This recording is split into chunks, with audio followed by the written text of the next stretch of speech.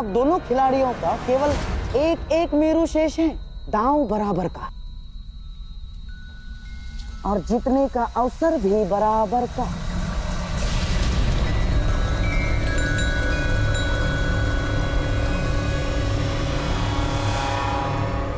भ्राता युधिष्ठिर को 10 अंक चाहिए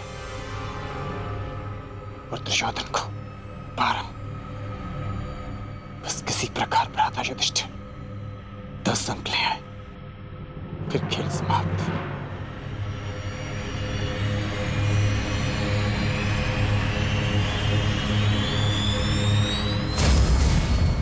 अच्छा प्रयास था सम्राट, केवल एक पग से दुर्ग के भीतर जाने से रह गए।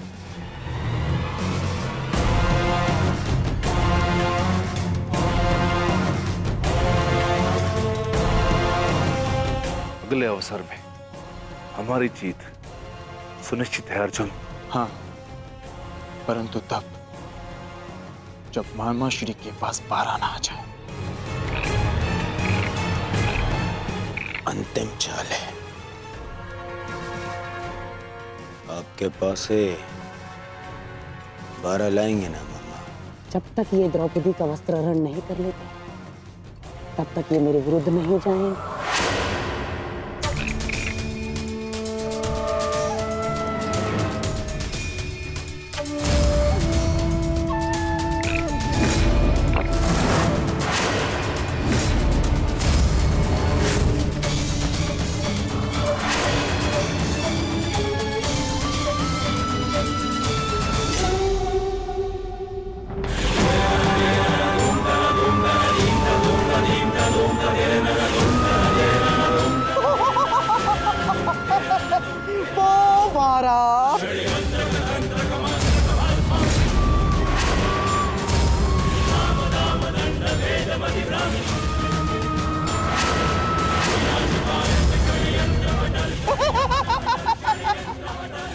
बधाई हो मेरे होने वाले सम्राट, आज से इंद्रप्रस्थ तुम्हारा।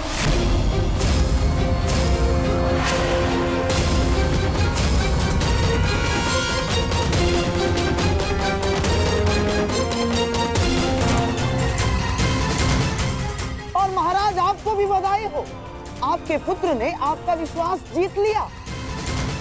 और बधाई हो महामहिम आपको भी कि आपका हस्तिनापुर गर्व सहित फिर से आपकी सुरक्षा में है। और बधाई हो इस गांधार नरेश शकुनी को कि मेरा होने वाला सम्राट बिना राजसूय यज्ञ के एक साम्राज्य का स्वामी हो गया। चाहता तो मैं भी यही था दुर्योधन, कि तुम इंद्रप्रस्थ जीत जाओ, परंतु इस बात ही नहीं। परंतु समझ में नहीं आता, आनंद मनाऊं या शोक, क्योंकि मेरा एक भांजा सब कुछ जीत गया और एक सब कुछ हार गया। खेल समाप्त हुआ।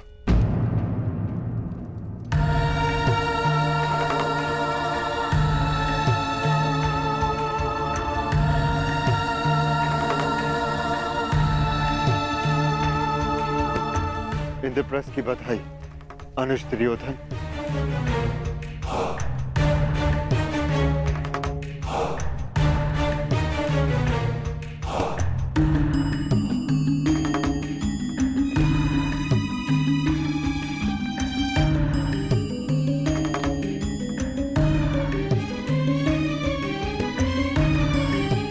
ये क्या मामा श्री, तो जा रहे हैं ना, आज ये यहाँ से जा ही नहीं पाएंगे। ठहरो युधिष्ठिर,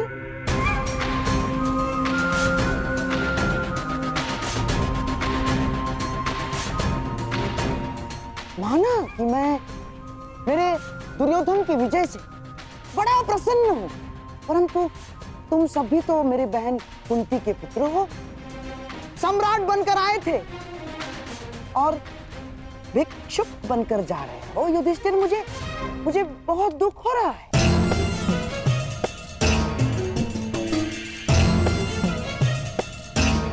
दुर्योधन, क्या अपने भाई की हार पर तुम्हें दुख नहीं हो रहा है? हाँ मामा श्री, मुझे अपने भाइयों का यूं चले जाना मुझे सहन नहीं हो रहा है मामा श्री। सोचता हूं इन्हें इनका सारा साम्राज्य दान में लौटा दूं।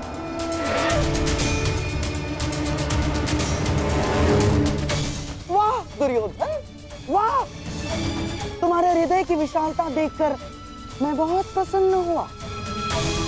परंतु दुर्योधन, इनको ये सब दान में देना इन महाप्रतापियों का अपमान नहीं होगा दुर्योधन?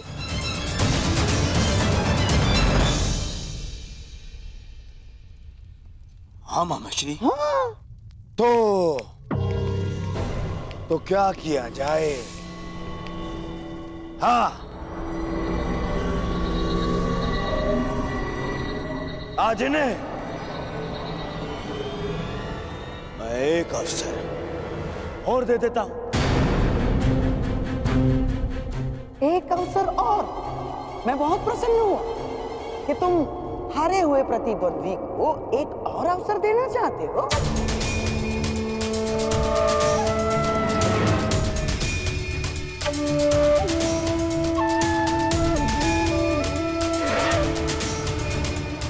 अभी तो बहुत कुछ शेष है धर्मराज, तो क्यों ना एक एक दांव और खेला जाए, जिसमें मेरा प्रिय दुर्योधन अपनी ओर से जीता हुआ इंद्रप्रस्थ और सारी संपत्ति दांव पर लगा दे। यदि तुम जीत गए तो इंद्रप्रस्थ तुम्हारा। सोच लो, यदि तुम जीत गए तो तुम फिर से सम्राट।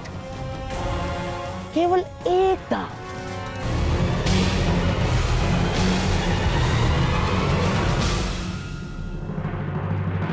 परंतु मेरे पास दांव पे लगाने के लिए कुछ नहीं है मामा श्री। मेरे अधिकार में अब कोई संपत्ति नहीं।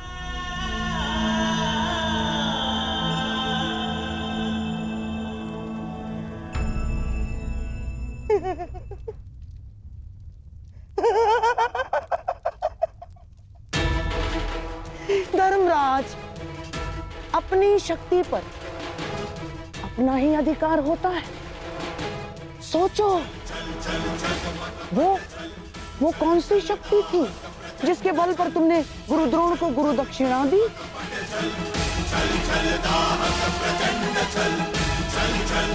वो कौन सी शक्ति थी जिसके बल पर तुमने पांचाल का स्वयंवर जीता?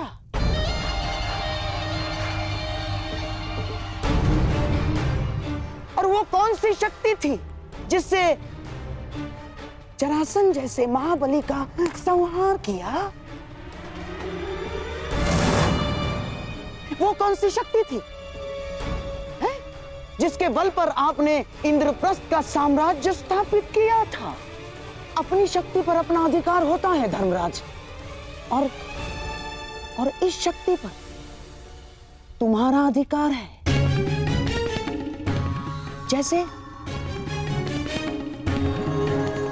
उंगलियों पर हाथ का अधिकार होता है,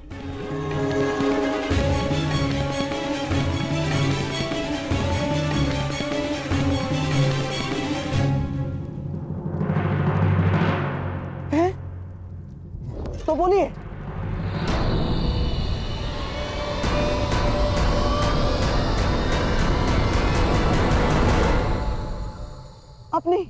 अपनी एक उंगली को दांव पर लगाओ युधिष्ठिर।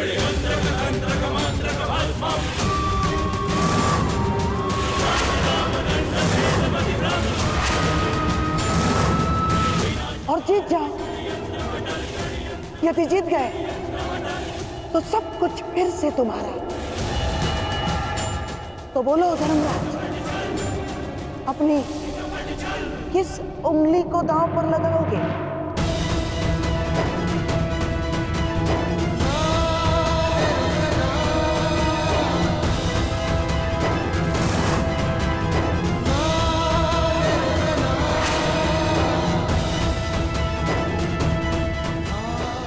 तो बताइए, अपने किस अनुज को दांव पर लगाएंगे?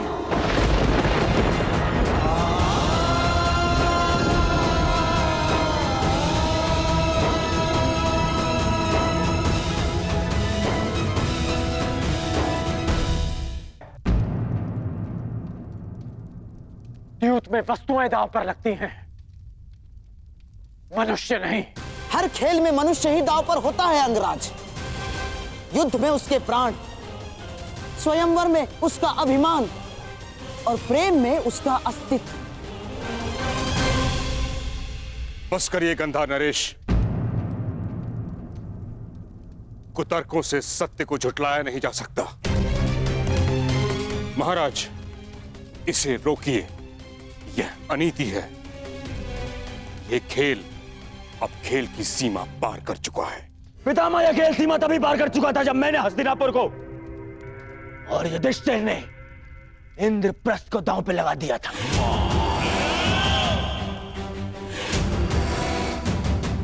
आप भूल रहे हैं कि नियम अनुसार यहां कोई कुछ कर सकता है तो वो केवल खिलाड़ी है,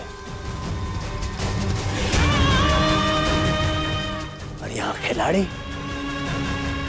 या तो मैं हूं या सम्राट युधिष्ठिर है। और सम्राट खेल अपनी इच्छा अनुसार खेल रहे हैं। हमने केवल सुझाव दिया है, निर्णय लेना अब इनके हाथ में है।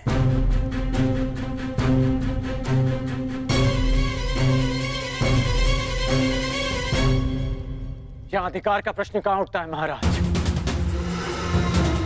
माता पिता का अवश्य संतान पर अधिकार हो सकता है, परंतु भाई का भाई पर नहीं। अंगराज का तर्क नीति सम्मत है। भाई पर भाई का कोई अधिकार नहीं होता।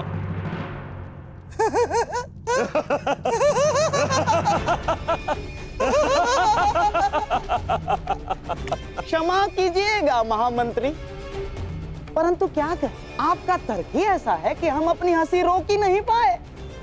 महामंत्री, क्या आपके मुख से ये बातें शोभा देती है? पिता का अपने पुत्र पर, पति का अपने पत्नी पर और बड़े भाई का अपने छोटे भाइयों पर अधिकार होता ही है।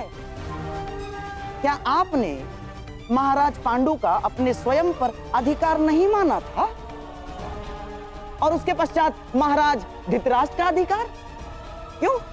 क्योंकि आप उनके छोटे भाई हैं।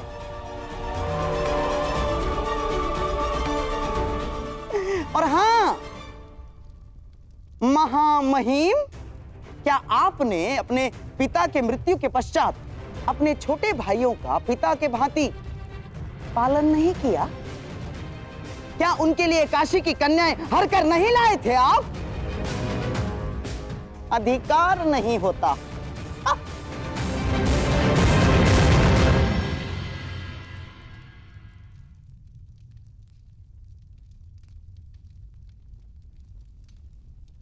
सभा का मौन ये बता रहा है कि इस बात को मानने से किसी को आपत्ति नहीं है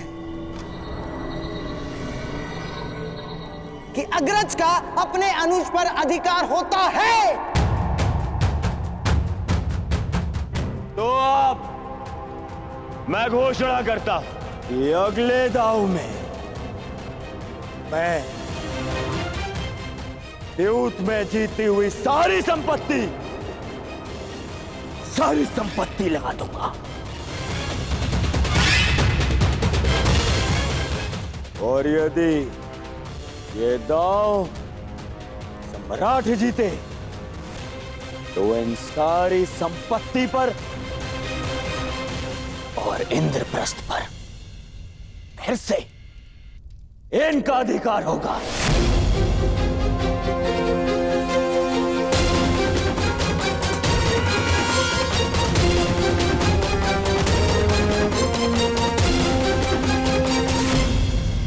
महारानी, क्या सूचना है?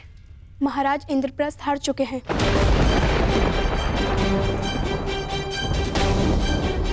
और कुमार दुर्योधन ने उन्हें अपने भाइयों को दांव पर लगाने के लिए कहा है। क्या? ये नहीं हो सकता। हमें ये खेल रोकना होगा माताश्री। परंतु नियम के अनुसार हम राज स्त्रियों का वहां जाना वर्जित है। नियम मनुष्य के विकास के लिए बनाए जाते हैं माताश्री, उनके विध्वंस के लिए नहीं। और जो नियम मनुष्य का नाश करने लगे उन्हें तोड़ देना ही उचित है। सोच लीजिए सम्राट, बिना संपत्ति के, बिना राज्य के और बिना सेना के कहां कहां भटकेंगे आप। और पांचाल जाकर अपने श्वशुर के घर रहना आपके आत्मसम्मान के विरुद्ध होगा। और जीता भी तो आपने पूर्ण आर्यव्रत है, वहां के सम्राट हैं आप, वहीं जाकर शरण लेंगे।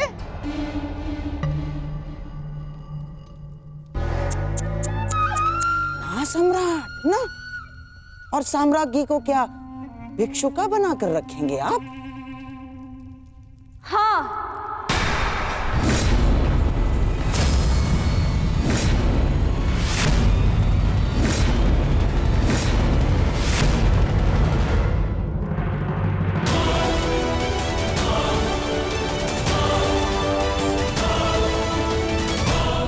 सम्राज्ञी द्रौपदी को भिक्षुका बनकर जीना स्वीकार,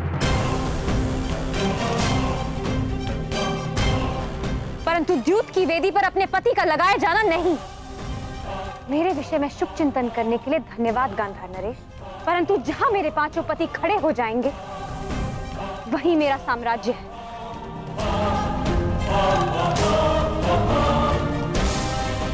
मैं प्रत्येक परिस्थिति में उनके साथ संतुष्ट रहूंगी।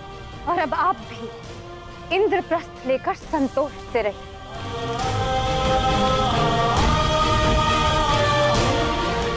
चलिए आर्य, ये खेल अब यहीं समाप्त हुआ।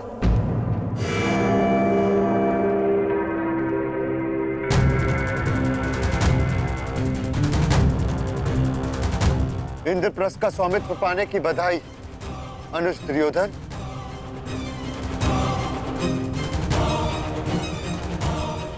आज्ञा दीजिएगा मामा शक्ति।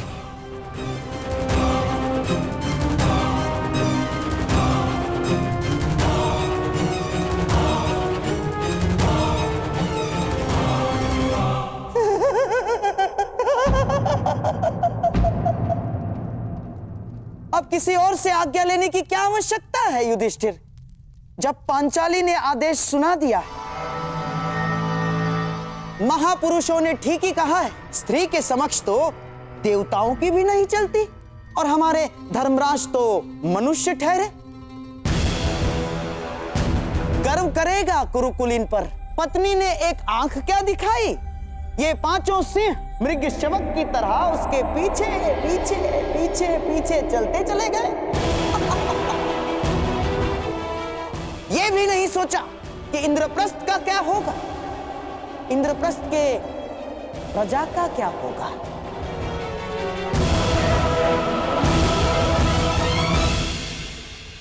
एक अवसर युधिष्ठिर, केवल एक अवसर संभव है कि अपना राज्य प्राप्त कर लो और अपने प्रजा के मन का सम्मान भी।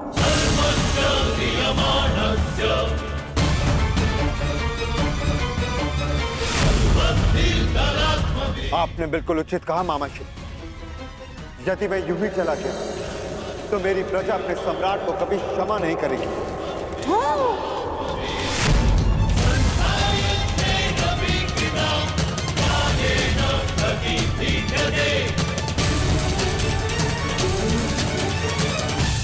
रुकिए आर्य, ऐसा मत करिए महाराज, ये सब एक छल है। एक राजा अपनी प्रजा का उत्तरदायी होता है महारानी।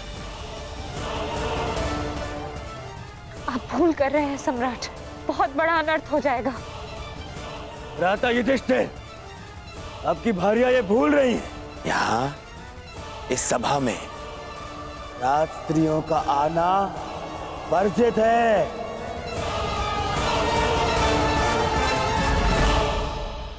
पांचाली, आप अपने कक्ष में जाइए।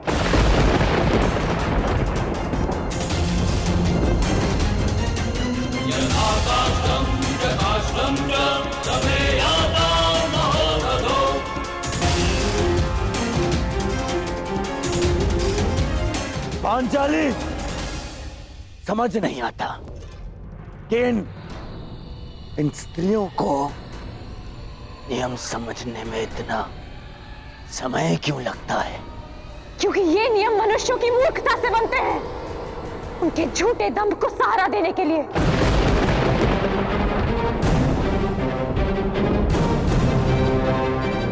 मैं जा रही हूं आर्य, अब लौटकर इस सभा में नहीं आऊंगी।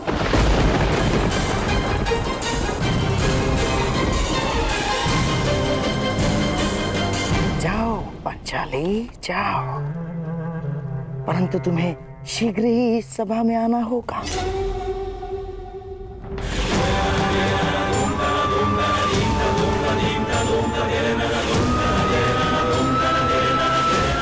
तो बताइए सम्राट, अपने किस अनुज को दांव पर लगाएंगे?